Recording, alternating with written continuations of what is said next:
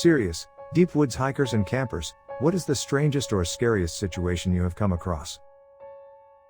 This wasn't really deep woods camping, because my friends and I were staying at a designated campsite in a state park. But it's still a scary story. In the middle of the night, I want to say around 1 a.m., I'm woken up to the sound of gunshots. Two of the other friends in my tent also woke up. It sounded like the gunshots were getting closer and closer over the course of a half hour. It went from that sounds far away to that sounds like a bullet hit something in camp. Like I said, this was a state park. Hunting is illegal, which either meant some reckless hunter was ignoring the law and hunting after midnight, or some deranged lunatic was just walking around shooting into the woods. Friends and I stayed low to the ground, afraid that a stray bullet would come into our tent. Eventually, we began to see spotlights crossing over the roof of our tent as some state troopers in a helicopter began searching the area for the suspect. An hour after we first heard the gunshots, we heard some police sirens on the main road above us. The campsite was located at the bottom of a valley. There were shouts of "Drop the weapon." I said, "Drop the weapon." A few more gunshots, the sounds of some frantic scrambling and shouting instructions, then eventually silence. The next morning, we went to ask the campsite managers if they knew what happened last night. It turns out there was a guy who lived in a house that was higher up the side of the mountain, above the main road. He decided that it would be fun to fire his gun at any cars that passed on the main road. The state troopers arrived and arrested him. There were bullet holes in some of the trees around camp, and in one of the RVs that was parked in one of the neighboring campsites. I'm really relieved that no one was hurt or killed by the gunman. Especially after seeing how close those bullets came to going through some of the campers' tents. I was hiking across Newfoundland, following an old railway that was long ago disassembled and turned into a giant trail, sleeping wherever I found myself at night. One day I ran into a small cottage town, except everything was abandoned. Trailers falling apart, bus conversions burnt out, small cabins all shuttered up. It was creepy but interesting at the same time. The sun was waning, so I decided to set up camp in a mostly empty lot that had an abandoned truck slowly falling into a ravine near it. Cooked up some food and crawled into my tent to sleep. I wake up sometime in the night, and I hear footsteps outside my tent. At first, I think it's an animal, but the steps sound like someone walking, a human. The steps get closer and go around my tent. I slowly and quietly pull out my knife. If he tries to get in, my plan is to stab first and ask questions later.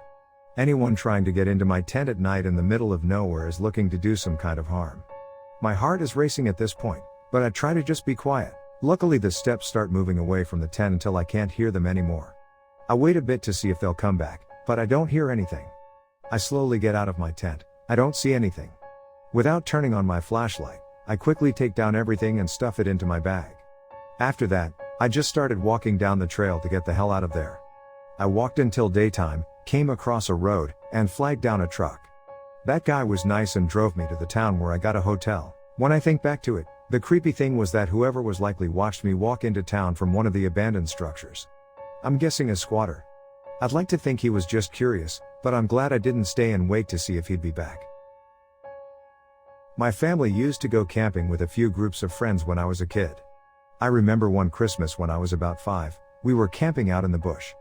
There were 9 kids in total at our campsite. We were allowed to wander through the bush. The parents would give us a walkie-talkie to tell us when to come back to camp. We never wandered far. Anyway, out of nowhere, an unfamiliar voice came over our walkie-talkie. It was a man's voice. He said he was Santa and was trying to find us to give us our presents and asked us to look for him. We all ran back to our campsite, all excited that Santa had told us. The walkie-talkie was taken off us, and we weren't allowed to go anywhere for the rest of the trip. We were pretty devastated at the time. But I understand the seriousness and creepiness of it now, looking back as an adult. I was hiking a section of the North Umpqua Trail, northern part of southern Oregon, a few years back with my sister-in-law. It's a 72-mile trail broken into sections that can be easily hiked in a day. At the time, I lived about midway up the trail, fairly remote in a small community. It was mid-fall this one day, when we set out. The trail was running along the south side of the North Umpqua River and was pretty up and down initially. Finally, we made it to a fairly flat section that was running just above the river. There was this beautiful river view through the trees, so we stopped to get some pictures and take a water break. I immediately felt extremely uncomfortable. Like someone was watching us. I slowly turned my head to look behind us, across the trail and up a very small incline. Through the trees, I could see a small meadow. Across the meadow, maybe 15 yards from us, was a tent. An old, canvas-style tent. As I'm looking, I notice bones strung from the trees, all around the meadow like creepy death wind chimes. My stomach just clenched and dropped. I leaned into sister-in-law and whispered, "Do not turn around and look behind us. Just continue walking up the trail and run when I tell you." We were close enough to the river that nobody could have heard this. She did exactly as I told her to, setting off at the brisk walk we'd been at before. We got maybe 10 yards, and I could hear footsteps through the forest floor, coming from behind and slightly above us. That part of the forest is very dense. There is a thick moss cover under the trees, so footsteps on it make a very specific sound. I leaned forward and told her to pick up her speed. She did, I did, and so did whoever was behind us. I leaned forward again and told her to run as fast as she could and not stop until I told her to. For two middle-aged women, both slightly overweight, we ran like the damn wind. I just kept telling her, "Go, go, go." I could see ahead of us that the trail made an incline and veered to the right along the river and around a cliff. I knew at that point that whoever it was going to have to come down onto the trail or stop. We kept running. We probably ran at least a mile after that, even though we could no longer hear anyone behind or above us. That section of the trail was about 9 miles, and we were not halfway when this happened. We eventually slowed down, but just hurried as fast as we could the rest of the way. We had arranged for her younger brother, not my ex, to pick us up. We made it to the next trailhead fairly early, so we made our way out to 138 and started walking east towards home, knowing he'd find us. He did and was shocked at our story. We got home and immediately called our local sheriff, who lived just above us at the ranger station. He came to the house and heard our story.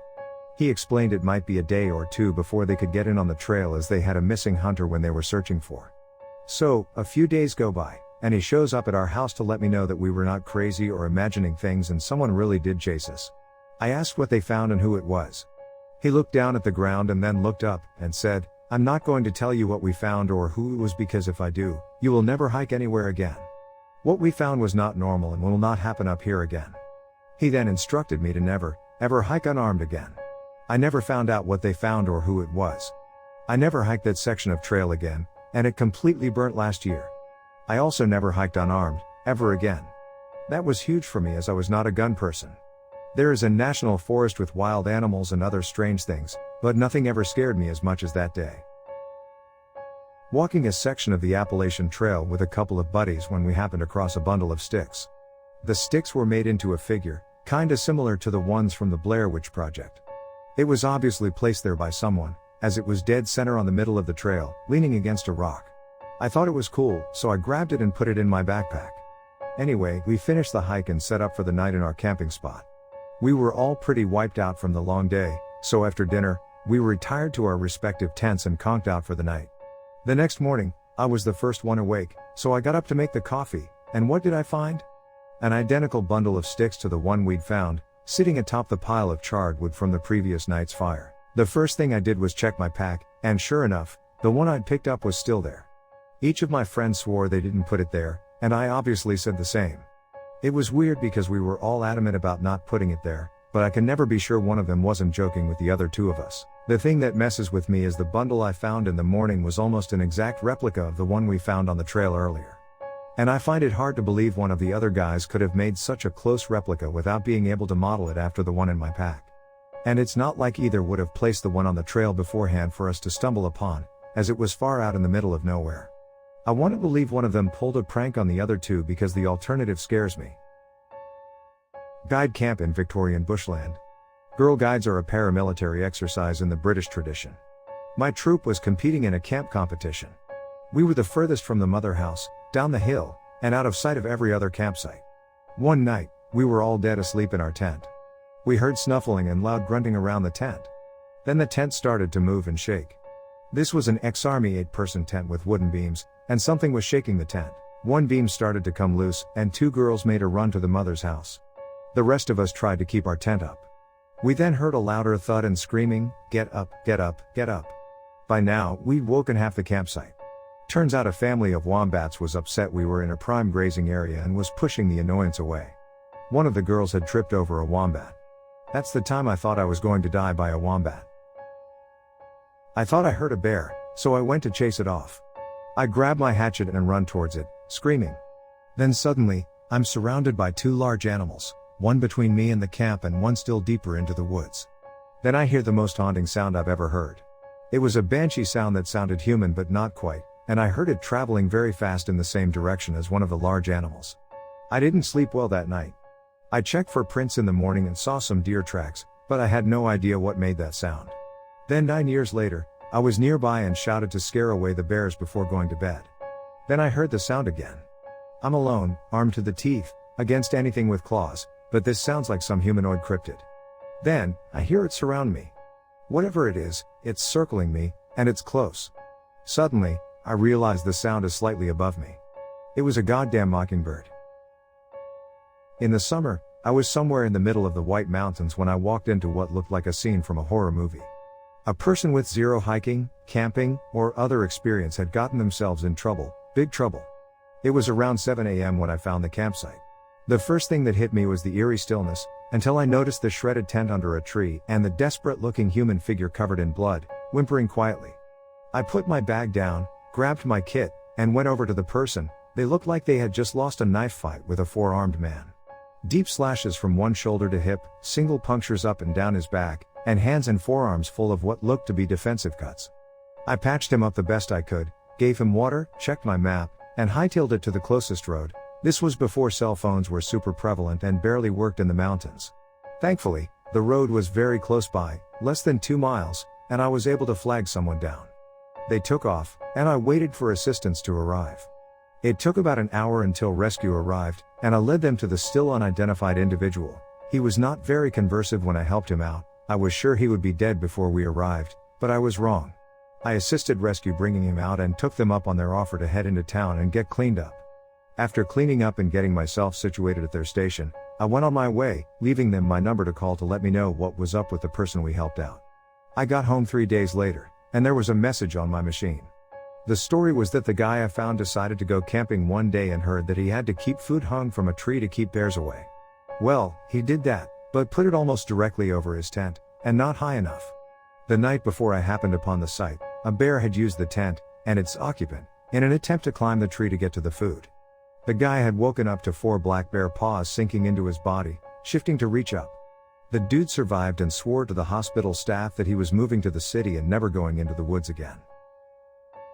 This happened to some friends of mine in Sydney, Australia. When we wanted to go drinking, we would buy a case of beer or bottle of spirits and hike about 4 kilometers into the bush to the middle of nowhere to drink without worrying about getting into trouble. We would sleep in a sleeping bag under the stars in summer and be fine.